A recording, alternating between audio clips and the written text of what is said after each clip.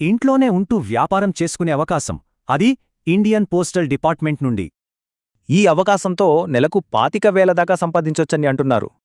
సరే, దీని గురించి ఇంకా చూద్దాం. ఇది దాదాపు అందరికోసం రూపొందించిన పథకంలా ఉందే. దీనికి పెద్దగా అర్హతలు కూడా అక్కర్లేదు.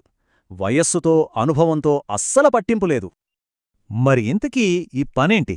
ఇది ప్రభుత్వ ఉద్యోగమేనా? ఇక్కడే అసలు విషయముంది.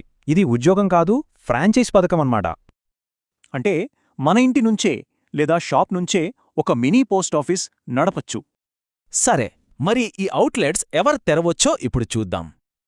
జీతంలా కాకుండా మనం చేసే ప్రతి పనికి కమిషన్ రూపంలో డబ్బులొస్తాయి. ఇప్పుడు చూడండి, ప్రతి సర్వీస్కి ఎంత సంపాదించొచ్చో. స్పీడ్ పోస్ట్ చేస్తే 5 రూపాయలు.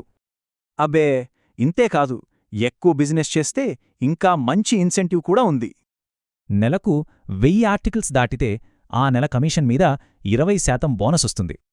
ఇవి కాకుండా స్టాంపులు, ఇతర వస్తువుల అమ్మకాల మీద కూడా అదనపు ఆదాయం ఉంటుంది. అయితే ఇది స్టార్ట్ చేయడానికి ఒక చిన్న సెక్యూరిటీ డిపాజిట్ అవసరమవుతుంది. ఇది కేవలం సెక్యూరిటీ కోసమే.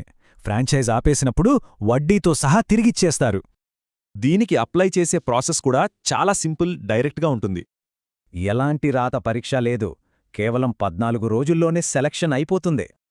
మరి సొంతంగా వ్యాపారం చెయ్యాలనుకునేవారికి ఇది సరైన దారి కాగలదా?